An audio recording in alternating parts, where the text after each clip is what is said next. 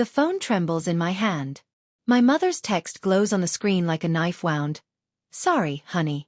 We're on our way to a golf tournament with some friends. You're a grown-up. Figure it out. I read it 3 times. 4. The words don't change. The hospital pre-op nurse calls my name from across the waiting room. I don't move. Can't move. My surgery is scheduled in 14 hours. And I have no one to watch Oliver and Emma. My 3-year-old twins. My entire world. Miss Carter. The nurse's voice cuts through the fog. I stand on autopilot. My legs wooden beneath me. The fluorescent lights above buzz like angry hornets. I smell antiseptic and fear. My fear, sharp and metallic on my tongue. This morning, I woke up believing my parents would help. I believed family meant something. I'm a trauma nurse. I've stitched wounds, held hands through final breaths, watched families shatter and rebuild. But I never saw this coming. Not from them. The nurse leads me to a consultation room. Her shoes squeak against linoleum. Each squeak hammers the reality deeper. I'm alone.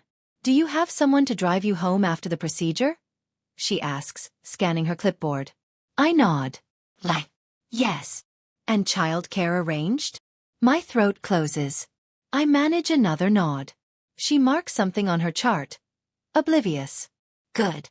The anesthesia will take several hours to wear off completely. You'll need supervision for at least 24 hours.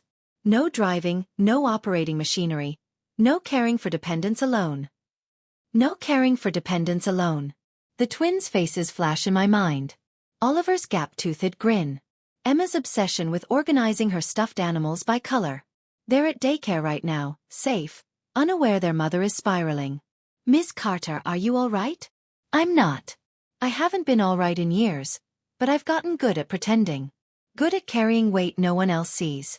My parents taught me that, how to be self-sufficient, how to never ask for help, how to shrink myself small enough that my needs disappear. Until now. Until I couldn't shrink anymore. I finished the pre-op consultation in a daze. Blood pressure. Elevated. Heart rate. Racing. Mental state. Fracturing. Outside, I sit in my car in the hospital parking lot. The steering wheel is hot under my palms despite the October chill. I pull up my text thread with my mother and scroll backward. Can you watch the twins next Saturday? I have a shift. We're busy. The twins would love to see you. It's been 3 weeks. We'll try to swing by soon. Mom, I really need help with. Read at 3:47 p.m. The pattern is there. Has always been there. I just refuse to see it. I call my friend Jessica. Voicemail. I text my neighbor Claire. She's out of town. I reach out to 2 colleagues from the hospital. Both have family obligations. The clock on my dashboard reads 4:23 p.m. Daycare closes at 6. I pick up the twins, feed them dinner, read them stories, tuck them into their beds. Emma asks why I look sad. Mama's just tired, baby. You're always tired, Oliver mumbles, already half asleep. He's right.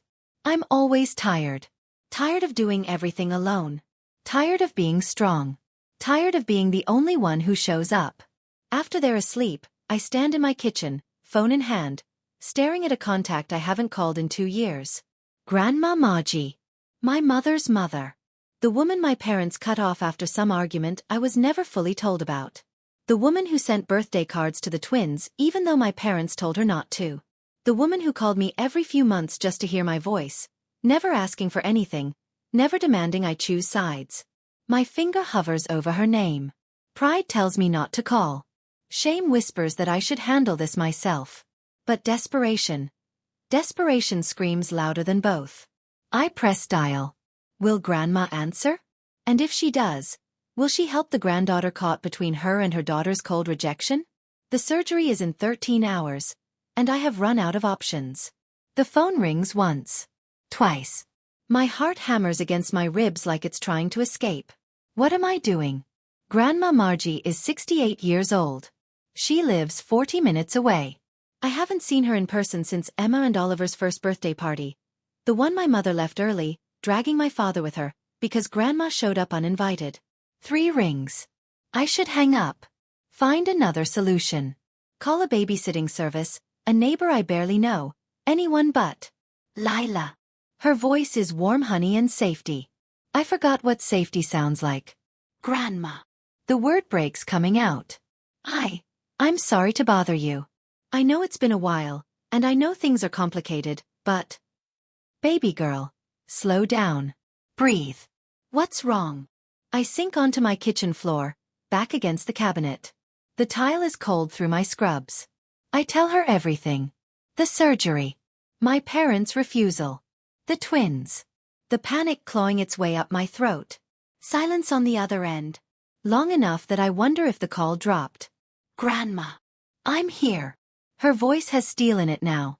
What time do you need me? Relief crashes over me so hard I nearly sob. 6 tomorrow morning. But Grandma, I don't want to put you in an awkward position with Mom and... Your mother made her choice. I'm making mine. I'll be there at 5:30. You don't have to. Lila Catherine Carter. She uses my full name, the way she did when I was small and scraped my knee or lost a tooth. Those babies are my great-grandchildren. You are my granddaughter. There is nowhere else I'd rather be. Now, do the twins still like blueberry pancakes? I laugh. It sounds like crying. Yes. Then that's settled. Get some rest. I'll handle everything tomorrow. After we hang up, I sit on the kitchen floor for 20 minutes, phone clutched to my chest. The refrigerator hums. A car passes outside, headlights sweeping across my ceiling. The house settles around me. For the first time in hours I can breathe. But something else rises in the wake of relief. Anger. Hot and bright and years overdue. I pull up my mother's text again. You're a grown-up. Figure it out. My fingers move before my brain catches up. I did figure it out. Grandma's coming to help. She didn't hesitate. Not for 1 second. Maybe you should ask yourself why that is. I hit send. Watch the message deliver. Watch it switch to read. The typing bubbles appear. Disappear. Appear again. Then nothing. I wait 5 minutes. 10. No response. Good. Let her sit with it. Let her feel one fraction of what I felt tonight. I climb into bed but don't sleep. My mind spins through tomorrow's schedule. Arrive at hospital by 6:45 a.m. Check in by 7 o'clock. Surgery at 8:30. Recovery time, 3 to 4 hours. Home by late afternoon if all goes well. Grandma will have the twins for almost 12 hours. 12 hours with the woman my parents have systematically erased from our lives. 12 hours for Oliver and Emma to remember what it feels like to be someone's priority. My phone buzzes. I grab it, expecting my mother. It's Grandma, just packed an overnight bag, just in case you need me to stay longer. Sleep tight, sweetheart. An overnight bag. She's prepared to stay. To care for us beyond the bare minimum. I type back. Thank you. I love you. Her response comes immediately. Love you more. Always have. I set my phone on the nightstand and stare at the ceiling. The shadows from the streetlight outside make patterns on the plaster. I trace them with my eyes, remembering being 7 years old in Grandma's guest room, watching similar shadows while she sang me to sleep after my parents dropped me off for a quick weekend away that turned into a month. She never complained. Never made me feel like a burden. Unlike them. The anger glows hotter. Tomorrow, I'll have surgery. But something else is starting. Something that can't be reversed once it begins. I'm starting to see my parents clearly for the first time. And I don't like what I see. My message to my mother hangs unanswered in the digital void. Surgery looms in hours. But the real operation has already begun, cutting away the illusion that my parents were ever there for me at all. Grandma arrives at 5:28 a.m. I watch from the window as she parks her aging Subaru at the curb. She moves with purpose, overnight bag over one shoulder, grocery bag in the other hand, her gray hair pulled back in a neat bun. She's wearing her favorite cardigan, the green one with wooden buttons that Oliver once told her, looks like a tree. I open the door before she knocks. You should still be sleeping, she says, pulling me into a hug. She smells like lavender soap and coffee. My chest tightens. Couldn't sleep. She studies my face with sharp blue eyes that miss nothing. You look exhausted. I'm fine. Lila. She cups my cheek with one warm palm. You don't have to be fine right now. That almost breaks me. But the twins thunder down the stairs at that moment, and I'm saved from falling apart in my grandmother's arms. Grandma! Emma shrieks, launching herself forward. Oliver is right behind her, crashing into Grandma's legs. She staggers but laughs, dropping her bags to catch them both. There are my favorite troublemakers. She kisses the tops of their heads. Who wants pancakes? Emmy! They shout in unison. Grandma looks at me over their heads. Go finish getting ready. I've got this. I shower and dress in slow motion, listening to the sounds downstairs. Grandma's voice weaving stories. The twins' laughter. Pans clattering. The coffee maker gurgling. Normal sounds. Family sounds. The sounds that should have been there all along. By 6:30, I'm standing in the kitchen doorway, hospital bag in hand. The twins are at the table, faces sticky with syrup, stacking blueberries into towers. Grandma stands at the stove, flipping the last pancake. Mama, look. Oliver shows me his blueberry skyscraper. It's taller than Emma's. Is not. Emma protests. It is too. Both are very impressive, I say, kneeling between their chairs. My voice sounds strange. Tight. Mama has to go to the hospital now, remember? For my boo-boo knee. Emma's face crumples. I don't want you to go. Oliver's lower lip trembles. What if you don't come back? The fear in his voice stabs me. He's 3. He shouldn't worry about adults not coming back. But he's watched me work double shifts, come home exhausted, cry in the bathroom when I thought he wasn't listening. He knows people leave. I will always come back to you, I whisper, pulling them both close. Always. Grandma's going to be here, and when you wake up from your nap, Mama will be home. I promise. Promise, promise? Emma asks. Promise, promise. Grandma walks me to the car. The October morning is cold. The sky still dark. My breath fogs the air. Call me when you're in recovery, she says. I don't care if you're loopy from the drugs. I want to hear your voice. I will. And Lila? She grips my hand. Your mother is going to call me. Probably the second you're in surgery. She's going to be angry that I'm here. I know. I won't engage. But I won't leave either. These babies need me today, and that's more important than your mother's pride. I nod, throat too full to speak.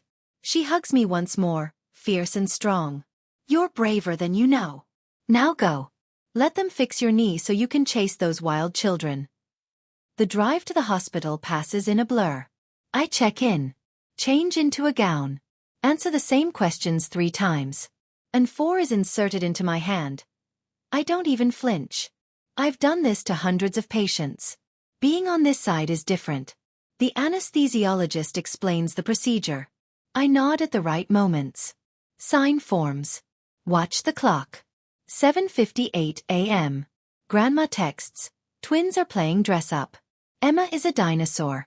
Oliver is a princess. All is well. I smile at my phone.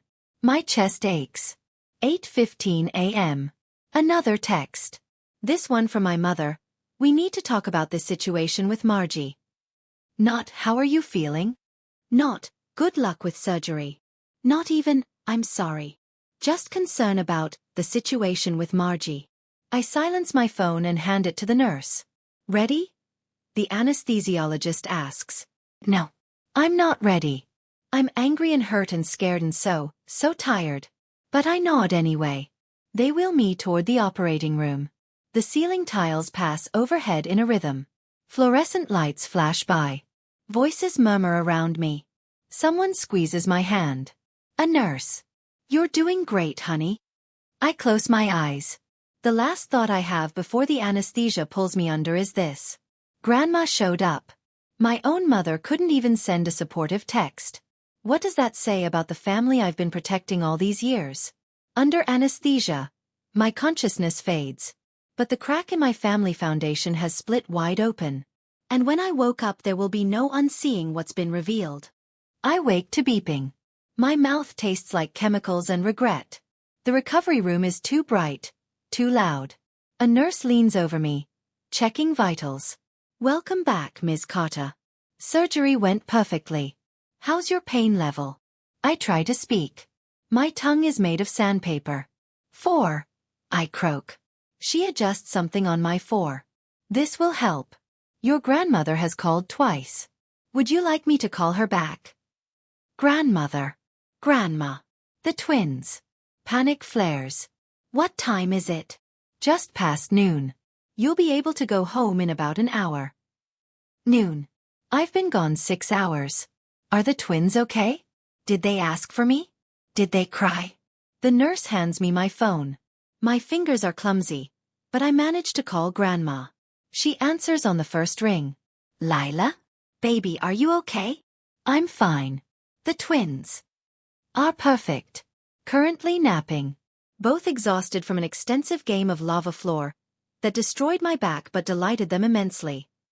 I laugh. It hurts my throat. Thank you. Stop thanking me. How do you feel? Like I got hit by a truck. That's the drugs. They'll have you home soon. I'm making chicken soup. The real kind, not from a can. Tears prick my eyes. Stupid anesthesia making me emotional. You don't have to. I want to. Now rest. We'll see you soon. An hour later, a nurse wheels me to the hospital entrance where Grandma waits in her car, twins buckled in the back seat. Emma spots me first. Mama. She presses her face against the window, breath fogging the glass. Oliver waves frantically, his stuffed elephant clutched to his chest. Getting into the car is agony. My knee screams. The surgical brace is bulky and awkward.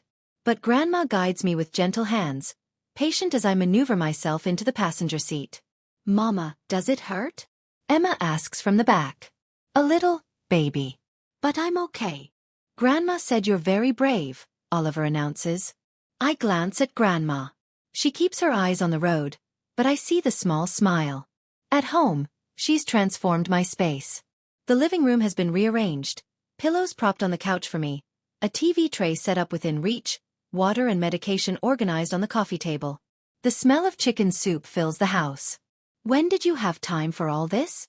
I ask as she helps me settle onto the couch. During nap time. I'm efficient. She winks.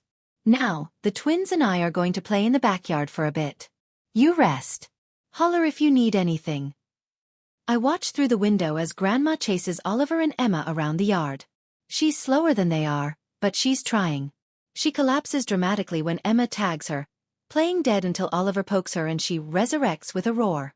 Their laughter filters through the glass. This is what grandparents do. What family does. My phone buzzes. I already know who it is before I look. Mother. I spoke with Margie. She had no right to insert herself into this situation without discussing it with us first. My jaw clenches. I type with shaking hands. She's the only one who showed up. You had every right to be here. You chose golf instead. Mother. That's not fair. We had prior commitments. So did Grandma. She cancelled them. For me. For your grandchildren. Mother. You're being dramatic. This is a minor procedure. You didn't need. I needed my mother. I send it before I can stop myself. The truth, raw and bleeding. The typing bubbles appear. Disappear. Appear again. Mother, I don't appreciate this tone. We'll discuss this when you're not emotional from the medication. She's dismissing me. Again. Reducing my pain to medication emotions. I'm done. No. We'll discuss this when you're ready to apologize. Until then, Grandma is welcome here anytime. You need an invitation. I silence my phone and set it face down. Outside, Emma trips and scrapes her palm. She starts to cry, but before I can even move, Grandma is there, scooping her up, examining the tiny injury, kissing it better. Emma's tears stop almost immediately. She makes it look easy. Because it is easy when you actually care. The soup simmers. The twins play. Grandma hums in my kitchen. And I realize something that makes my chest ache. This is the first time in 3 years I've felt taken care of. Not because of the soup or the cleaned house. Because someone saw me struggling and didn't look away. My phone lies silent, my boundary drawn. But in the quiet, a storm gathers. My mother won't accept this defiance. And when she strikes back, I will have to choose. Family peace or family truth. 3 days pass. 3 days of grandma sleeping in my guest room, cooking meals, entertaining the twins, helping me to the bathroom when the painkillers make me dizzy. 3 days of healing. Not just my knee, but something deeper. 3 days of silence from my parents. On the 4th morning, my father shows up. I'm on the couch, knee elevated, watching Emma and Oliver build a blanket fort with Grandma when the doorbell rings. Grandma stiffens. She knows that ring. Sharp, impatient, demanding. "I'll get it," she says quietly. "No." I struggle to stand, waving off her help. "I will." Each step sends pain radiating up my leg. The brace is cumbersome. But I make it to the door and open it to find my father on the porch, jaw tight, eyes hard. "Lila, we need to talk." Not "how are you feeling?" Not "how's the knee?" Not even "hello. Come in." I step aside, refusing to limp even though it costs me. He enters like he's inspecting a crime scene. His gaze sweeps the living room, the fort, the scattered toys, Grandma folding laundry in the corner. His face hardens when he sees her. "Margie." "Richard." Grandma's voice is ice. The twins sense the tension. They go quiet in their fort, peeking out through a gap in the blankets. My father turns to me. "We need to speak. Privately. Anything you have to say, you can say in front of Grandma." His neck flushes red. "This is family business." "She is family. She's your mother's mother. And your mother is very upset about. Where is Mom?" I interrupt. "If she's so upset, why didn't she come?" He falters. She didn't think it was appropriate given the current situation." "The situation where I needed help and she refused?" "That's not what happened." "Then what did happen, Dad?" "Explain it to me." He crosses his arms. The stance he uses when he thinks he's right and everyone else is wrong. I've seen it my whole life. At parent-teacher conferences where he argued with my teachers, at family dinners when someone disagreed with his politics, at my high school graduation when he complained about the parking. "Your mother and I had a prior commitment," he says carefully. "We assumed you would be able to arrange alternate childcare. We didn't realize you would involve Margie without discussing it with us first." Involve her. The word is acid. I called the woman who actually loves me. That's not involving. That's surviving. Don't be dramatic. I'm not being dramatic. My voice rises. The twins flinch in their fort. I force myself quieter. I had surgery. I was alone. I asked you for help, and you chose golf. It wasn't just golf. I don't care what it was. I needed you and you weren't there. Silence. Heavy and suffocating. Grandma speaks from the corner, her voice soft but lethal. "Richard, when Lila was 7 years old, you and Sharon dropped her at my house for a weekend that turned into 5 weeks. Do you remember why?" His face pales. "You don't, do you?" "But I do. Sharon wanted to redecorate the house without children, underfoot. Lila cried every night for the first week, asking when you were coming back. I told her you loved her. I told her you were just busy. I lied to protect you. Mom. I'm not your mother anymore, Richard. You made that clear 2 years ago when you told me I was too overbearing with my grandchildren." She stands, all 68 years of her towering over my father. "But I'm Lila's grandmother. I'm Oliver and Emma's great-grandmother. And I will not stand by while you make her feel like her needs are an inconvenience."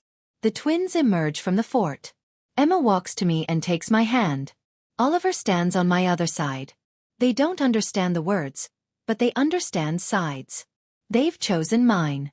My father looks at us, me, the twins, Grandma, and something shifts in his expression.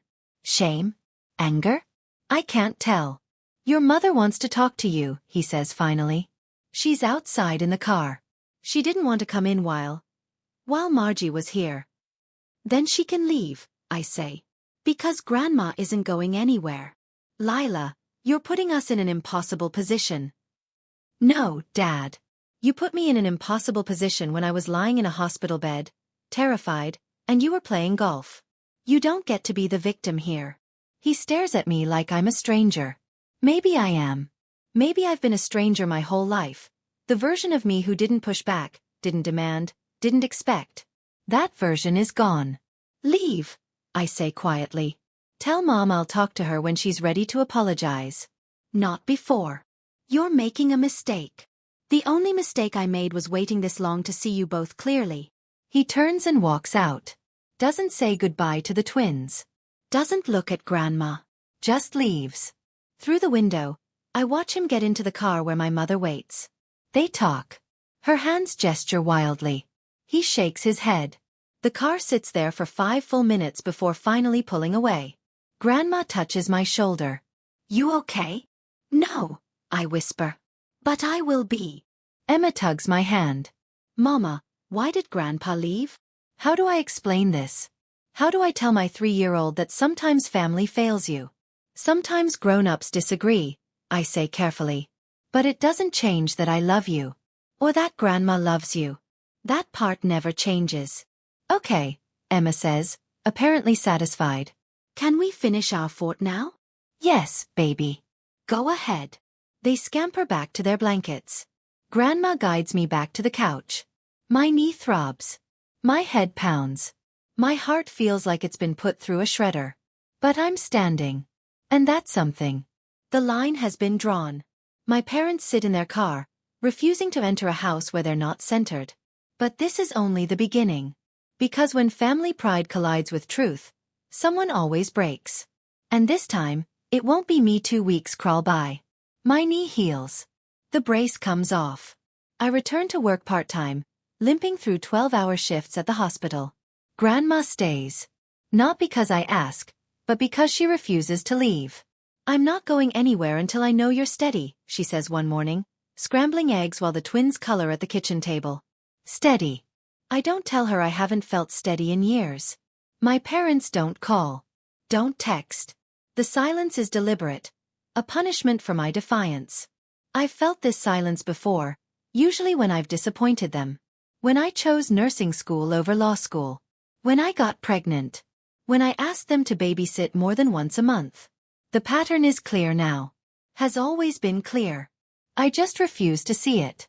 On a gray November morning, my mother finally breaks the silence. Not with an apology. Not with concern.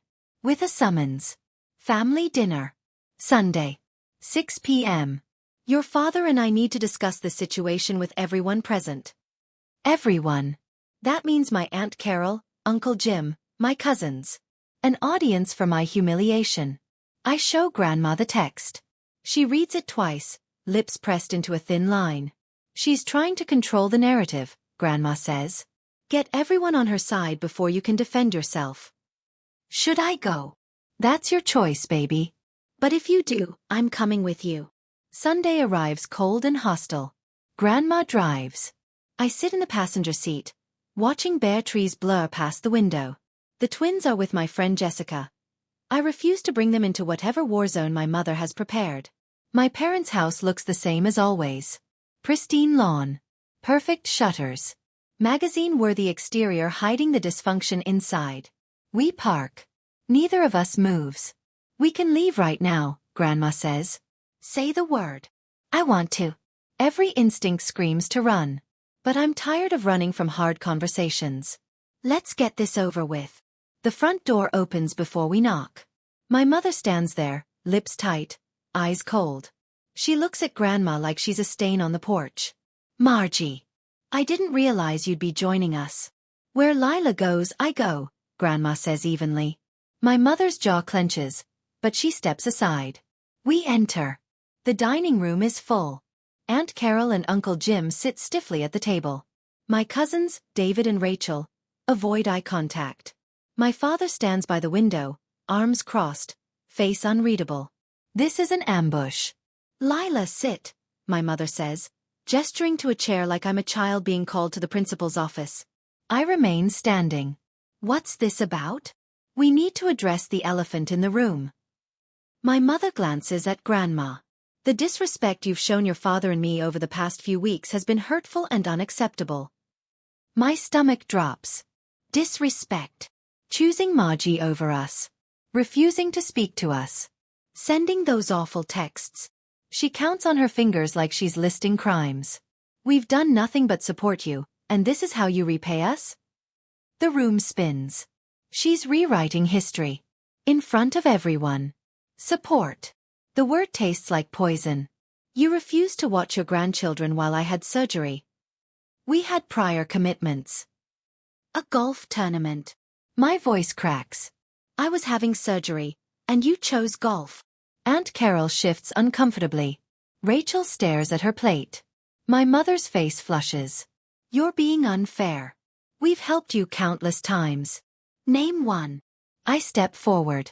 Name one time in the past year you've helped without me begging. One time you put the twins before your schedule. Silence. My father finally speaks. Lila, this hostility isn't productive. Hostility.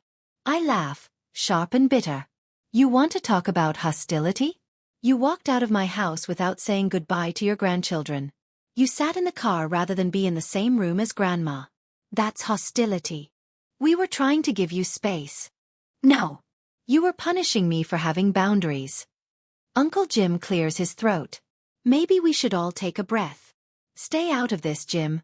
My mother snaps. Grandma stands. The movement is slow, deliberate. Every eye turns to her. Sharon, she says quietly. Do you remember what you said to me 2 years ago? When I asked to see Lila and the twins more often. My mother's face goes white. You told me I was overbearing. That I needed to respect your parenting. That Lila didn't need me interfering. Grandma's voice is soft steel. But the truth is, you were jealous. Jealous that Lila called me when she was scared. Jealous that the twins lit up when I walked in. Jealous that I gave freely what you withheld. Unconditional love. That's not. Don't interrupt me. Grandma's eyes flash. I stayed away because you asked. I respected your boundaries even though it broke my heart. But when Lila needed help, when she was desperate and alone, I didn't hesitate. Because that's what family does. Real family. The room is silent except for the ticking grandfather clock. My mother's hands shake. Get out. Gladly. Grandma takes my arm. But Lila's coming with me. We walk toward the door. Behind us, my father calls out. Lila, if you leave now, don't expect us to forgive this easily. I turn. Look at him. Really look at him. I don't need your forgiveness, Dad. I need your apology.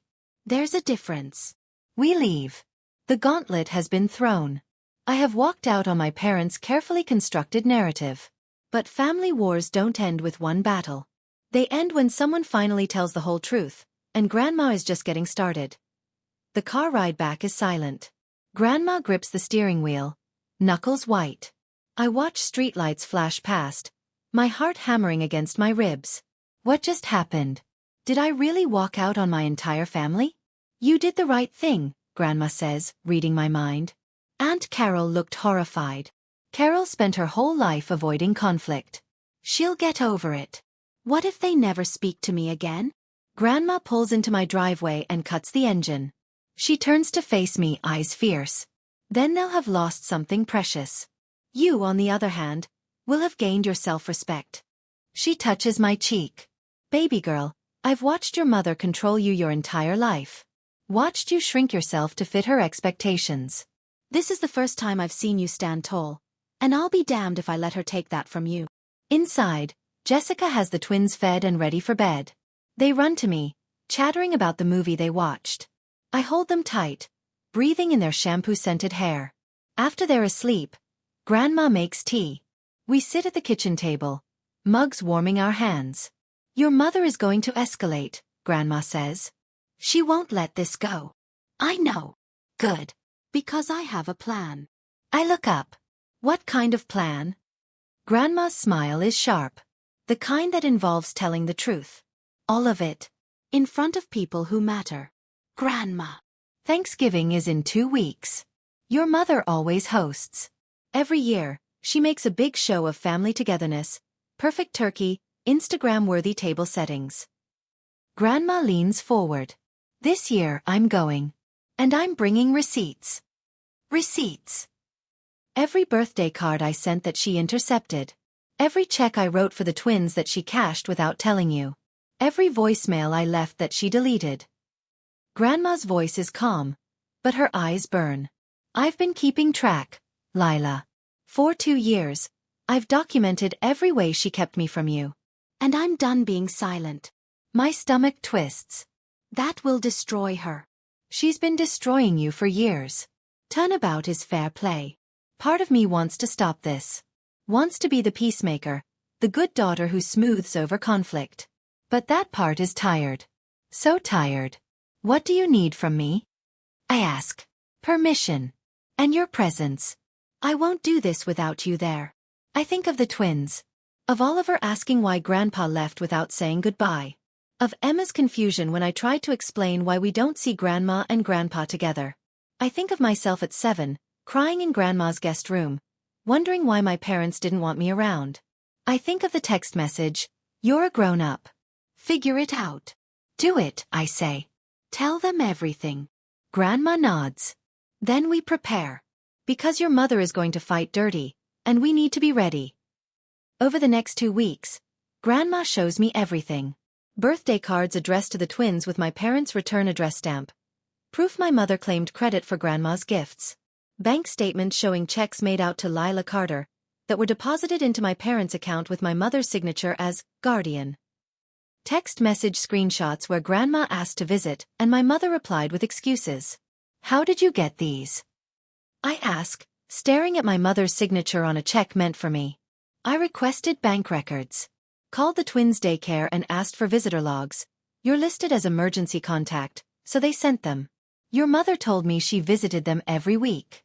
The logs show she visited twice in 6 months. Lies. So many lies. The worst part? I believed them. Believed my mother when she said Grandma was too busy to visit. Believed my father when he said they were helping financially. Believed the narrative they fed me because it was easier than seeing the truth. Thanksgiving morning arrives. I dress the twins in their nice clothes. Grandma wears her best dress, the navy one with pearl buttons. We look like we're going to church, not war. Are you sure about this? I ask as we pull into my parents' driveway. Cars line the street. The extended family is here. Aunts, uncles, cousins, witnesses. I've never been more sure of anything. Grandma squeezes my hand. Your mother has controlled the narrative for too long. Today we take it back. We walk to the front door. Ring the bell. My mother answers, smile frozen on her face when she sees Grandma. What is she doing here? We're family, I say calmly. Family comes to Thanksgiving. Before she can respond, Uncle Jim calls from the dining room. Who is it, Sharon? It's Lila. I call back. And Grandma Margie. Footsteps. Voices. The entire family appears in the hallway. Curious. My mother's smile is a knife. How wonderful. Come in. We step into the lion's den. And Grandma's hand, steady and strong, never leaves mine. The family gathers, oblivious to the bomb Grandma carries in her purse. In minutes, the perfect Thanksgiving facade will shatter. And this time, there will be no rebuilding the lie. Dinner is theater. My mother plays the gracious host, serving turkey with a smile that doesn't reach her eyes. My father carves meat with surgical precision. Aunt Carol compliments the centerpiece. Uncle Jim talks about football. The twins sit between Grandma and me, coloring on paper placemats. Oliver draws a house. Emma draws what might be a dinosaur or a dog. It's hard to tell. We eat. Make small talk. Pretend everything is normal. I watch my mother watching Grandma. Calculating. Waiting for her to make a mistake. Say something she can twist into proof of toxicity. Grandma eats her sweet potatoes calmly. After the main course, my mother stands. I want to say a few words before dessert. Here it comes. She raises her wine glass. I'm so grateful we could all be together today. Family is everything. Through good times and bad, we support each other. Her eyes find mine. Even when things get difficult, family always comes first. The barb lands. Aunt Carol nods approvingly. My mother continues. Some people try to come between families. Create division where there should be unity. She looks at Grandma now. But blood is thicker than water, and true family always perseveres. Rachel shifts uncomfortably. David stares at his plate. Grandma sets down her fork. Stands. You're right, Sharon. Blood is thicker than water. She pulls an envelope from her purse. That's why I brought evidence of just how thick it runs. My mother's face drains of color. Grandma opens the envelope. Birthday cards spill onto the table. Colorful envelopes addressed in her distinctive handwriting. These are cards I sent to Oliver and Emma over the past 2 years. Cards they never received because you intercepted them. Grandma's voice is steady. Cards that you took credit for, telling Lila they were from you. Aunt Carol gasps. Uncle Jim leans forward. Grandma continues. Here are bank statements showing checks I wrote to Lila. Grocery money, rent assistance when she was struggling. Checks you deposited into your account, Sharon. Forging her signature. That's not. My mother starts. It is. Grandma slides papers across the table. I have the records. Your signature. Your account numbers. My father stands abruptly. This is inappropriate. What's inappropriate, Grandma cuts him off, is stealing from your daughter. What's inappropriate is lying to your grandchildren about who loves them. What's inappropriate is refusing to help Lila when she needed surgery, then playing victim when she called someone who actually cared. The room is silent except for the twins, still coloring, oblivious. Rachel speaks up, voice shaking. Is this true, Aunt Sharon? My mother's mouth opens. Closes. Opens again. You don't understand the context. Then explain it, I say, standing beside Grandma. Explain why you cashed checks meant for me. Explain why you hid Grandma's cards. Explain why you chose golf over your daughter's surgery. She can't. Won't. Instead, she does what she always does when cornered. She attacks. How dare you bring this poison into my home on Thanksgiving? Your home. Grandma laughs. Sharp. Bitter. Lila helped pay your mortgage last year when Richard lost his job. Did you tell everyone that? Or did you let them think you were doing fine? Uncle Jim's eyes widen. Richard, you lost your job? My father's face is crimson. That's private. Nothing is private anymore, Grandma says. Not when you've built your life on lies. Aunt Carol stands, gathering her purse. I think we should go. Carol, my mother pleads. But Carol is already moving toward the door, David and Rachel following. Uncle Jim hesitates, then joins them. One by one, the family leaves. Until it's just us. Me, Grandma, the twins. And my parents, standing in the wreckage of their perfect image. The witnesses have fled. The evidence spreads across the table like accusations. But the final truth, the one that will break everything, hasn't been spoken yet. And I am the only one who can speak it. My mother's hands shake as she gathers the scattered cards. Get out, she whispers. Not yet. My voice is steady. Come. The calm before the storm breaks. There's one more thing everyone needs to know. My father moves toward me. Lila, enough. When I was 23 and found out I was pregnant with the twins, I called you first. I look at my mother. Do you remember what you said? She freezes. You said I was ruining my life. That single motherhood was a mistake I'd regret. You offered to pay for an abortion. The twins look up from their coloring. Emma's eyes are wide. I kneel beside them, forcing a smile. Hey, babies, why don't you go watch TV in the other room? Grown-up talk is boring. Grandma guides them out. Returns and stands behind me, a wall of support. I face my parents. I kept the twins because I wanted them. Not because of you. Despite you. My voice cracks. And every day since, you've made me feel like I made the wrong choice. Too much crying. Too much mess. Too much need. That's not fair. My mother starts. When was the last time you asked how I was doing? Not how the twins were. How I was. When was the last time you saw me as a person instead of a problem? Silence. I'll tell you. Never. I've been a disappointment since the day I didn't become the daughter you wanted. The lawyer with the perfect husband and the perfect life. Instead, I'm a nurse. A single mother. Someone who needed help. My father's voice is quiet. We did our best. Your best. I pull out my phone. Scroll to a photo. Hold it up. This is my bank statement from last month. See this transfer? $500 to your account, Dad. For your car payment. Want to know where that money came from? My emergency fund. The fund I was saving to buy the twins new beds because they're getting too big for cribs. My mother looks away. And this, I swipe to another photo, is a text from Mom asking if I could loan you money for your anniversary trip. A trip you took while I was eating ramen for dinner because I couldn't afford groceries and daycare. We were going to pay you back. You never did. Not once. Not ever. I'm crying now. Can't stop. I gave you everything. My time. My money. My self-respect. And you still made me feel like it wasn't enough. Grandma's hand finds my shoulder. I loved you, I whisper.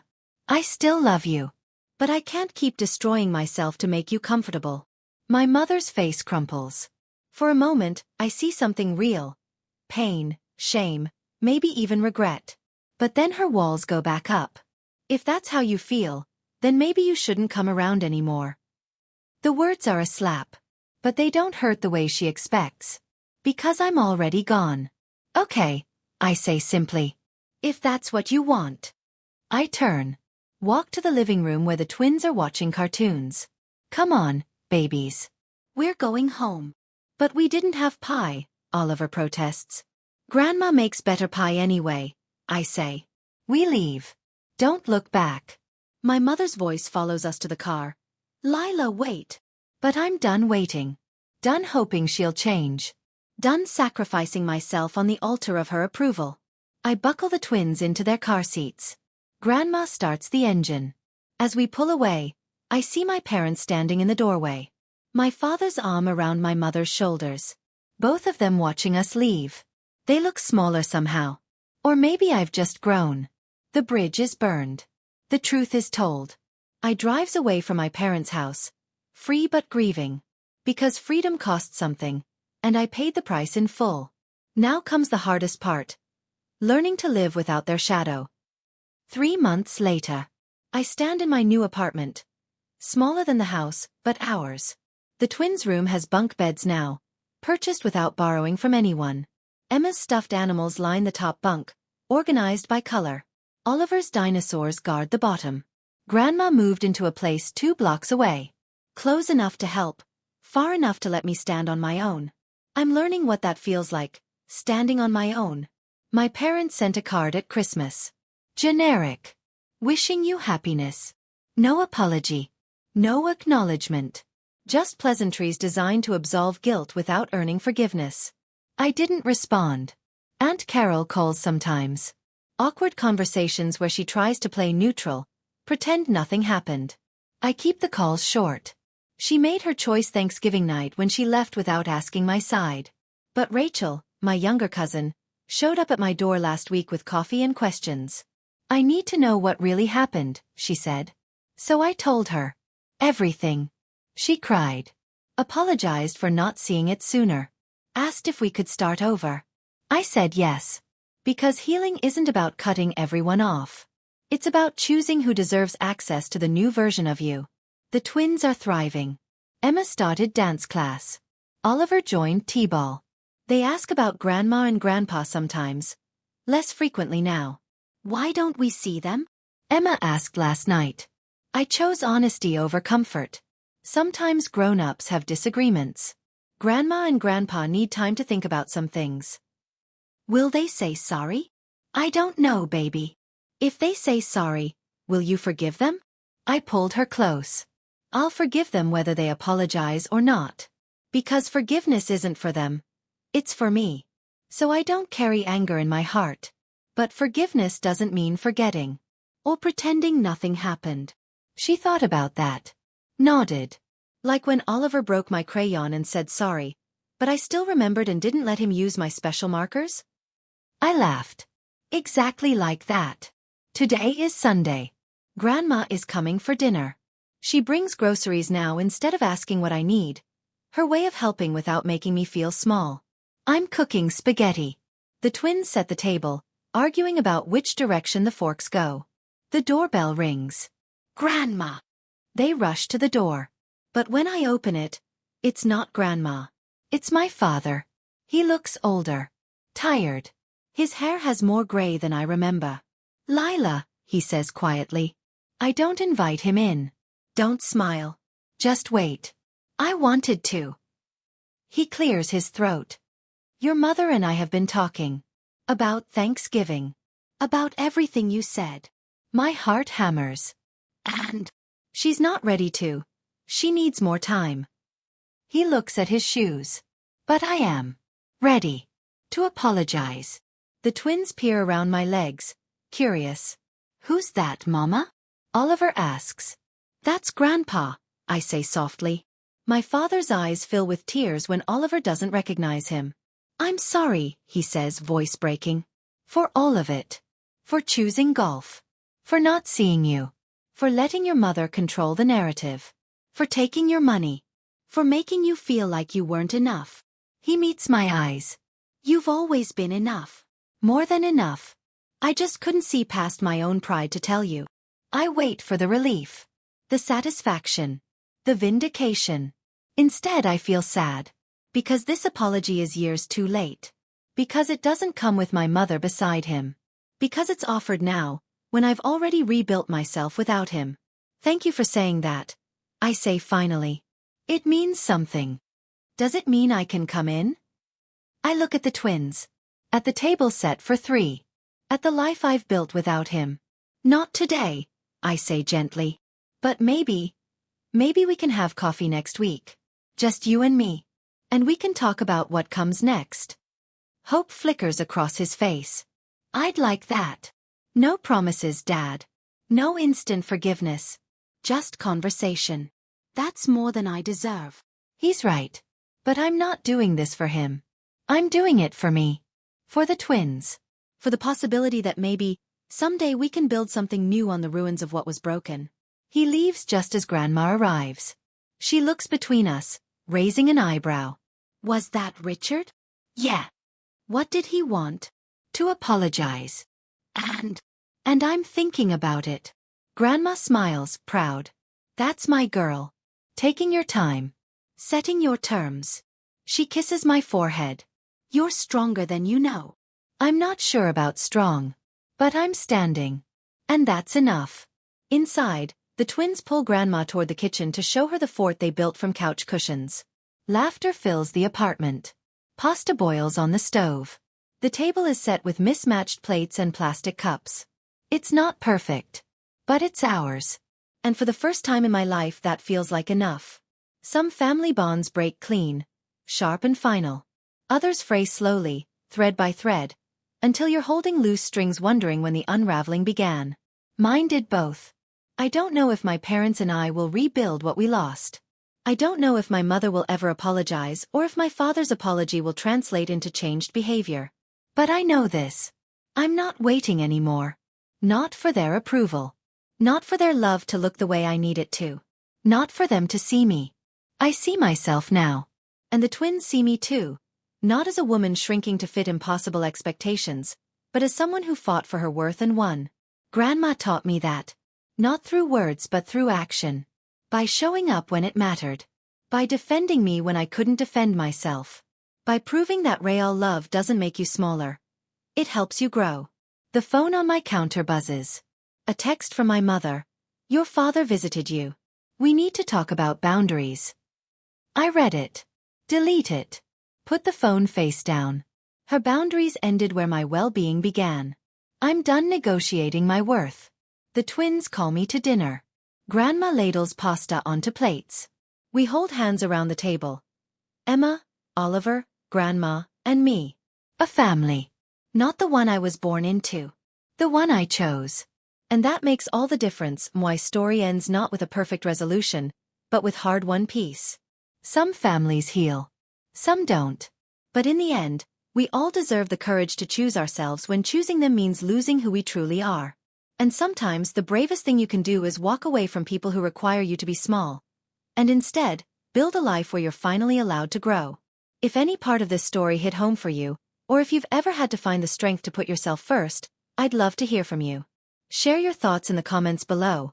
I'm always so grateful to read your stories. And if you're enjoying this content, consider subscribing. Your support means everything to me, and I can't wait to share more. Thanks for being here and being part of this journey.